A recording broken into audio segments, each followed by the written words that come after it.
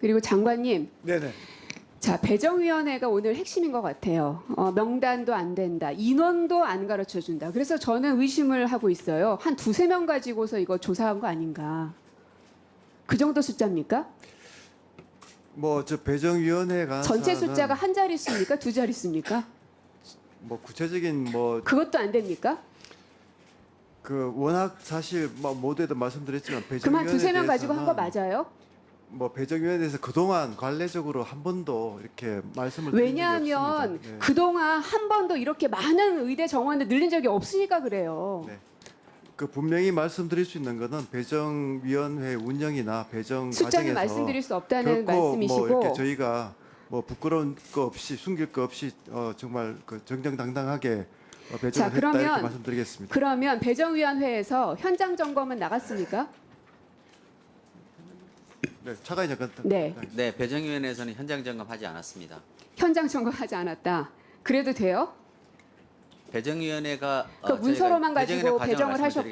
말씀드리겠습니다. 배정위원회에서 했던 것은 그동안에 그 수요조사 11월 달에 수요조사했고요. 그 이후에 대학의 신청 등을 통해서 가지고 있는 자료들을 근거로 해가지고 그렇죠. 배정위원회의 그렇죠. 네, 차관님. 학교별 배정을 진행을 했습니다. 지금까지의 자료들을 기반으로 해서 현장 점검은 하나도 하지 않으시고 자료를 가지고 판단을 하셨어요. 1,500명의 숫자가 거기서 지금 나온 겁니다. 맞죠? 2,000명에 대한 배정인은 2,000명? 네, 2,000명의 숫자 거기서 기본 나왔어요. 원칙은 복지부의 근데요. 2,000명 정원 과정에서 정해져 있던 것을 그것을 저희가 배정위원회에서 구체화해서 예, 했다는 예. 것을 말씀드립니다. 근데요. 지금 문제가 되고 있는 배정위원회 회의 결과를 나름은 요약을 해서 주신 거를 제가 봤더니요. 이런 졸속과 이런 날림이 없습니다. 왠지 아세요? 저 PPT 보여주시죠. 보면 23년 의학교육 점검반 현장 실사 이후 교육 여건이 많이 바뀌지는 않았을 것이므로 바뀌지 않았는지 바뀌었는지 조사를 해보셔야죠.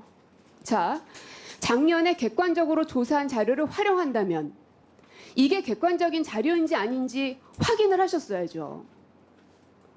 이번에 현장을 방문하지 않아도 객관성 검증 가능할 것이다. 지금 이 자료들이 현장에서 정말로 그렇게 된 게 맞는지 확인을 하셨어야죠. 어떻게 이런 확인도 하나도 없이 그런 엄청난 결정들을 하십니까? 그 다음 페이지도 보시죠. 그 다음 보시면 증원 신청 의대가 기본적인 교육 역량을 다 갖췄다고 보면 이건 뭐 거의 관심법 수준입니다. 그 배정위원회가 도대체 두세 명이서 한 건지 10명이서 한 건지 100명이서 한 건지 저희도 알 수가 없는데 현장에 점검도 나가지 않고 그냥 그 책상 위에 앉아서 옛날 자료가 다 맞다면 그리고 이미 기본적인 역량을 다 갖췄다면 기본적인 역량을 갖췄는지를 보라고 배정위원회 만든 겁니다. 아니에요? 그 과정을 좀 말씀을 드리겠습니다. 작년 11월 달에 대학의 신청을 기반으로 해서 보건복지부에서 의학점검반을 편성을 해서 현장 상황을 파악을 했고요. 거기 이후부터 대학이 신청을 한 자, 2월 달까지 차관님 기간이 말씀 짧습니다. 잘하셨어요. 그 짧은 기간 동안에 큰 말씀하셨죠? 변화가 있지 않았다고 판단한 것을 알고 의학점검반의 있습니다. 주요 결과 보고서를 토대로 하셨다고 말씀하셨죠? 그 자료도 보여드릴게요. 띄워주시죠. 의학교육의 질을 직접 판단할 수 있는 정량적 기준이 불분명하므로 제출 자료만 가지고 적절성 판단에 한계가 있다. 이게 차관님이 지금 말씀하시는 의학교육 점검반의 활동 보고서입니다. 이 사람들을 활동하시면서 한계가 있다라고 보고를 하신 거예요. 근데 이걸 기준으로 해서 2,000명을 늘리신 겁니다. 의학 점검반의 현장 점검 그 결과가 있고요. 그 다음에 대학이 수요 신청을 하면서 정원 신청을 하면서 했던 결과고 있고요. 그런 여러 가지 결과들 그리고 객관적인 자료들을 포함을 해가지고 판단했다는 말씀을 드립니다. 객관적인 자료 또 의과 대학들에서 신청한 자료들 말씀하셨죠? 제가 갖고 왔어요. 1000페이지입니다. 근데 이거를 배정위원회가 어떻게 점검하셨냐? 단 하루 만에 점검을 다 끝냈다고 보고서에 나옵니다. 대단한 분들이세요. 단 하루 만에 이 엄청난 자료들을 다 검토하시고 거기에 대한 결정을 내리신 거예요.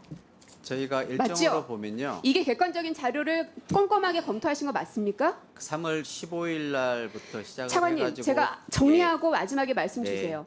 의과대학들이 낸 신청서는 1000페이지에 달하는데 단 하루 만에 검토가 다 끝났다고 얘기하고 의학교육 점검반의 활동 보고서를 토대로 했다고 하는데 여기에서는 한계가 있다고 분명히 결론을 내렸습니다.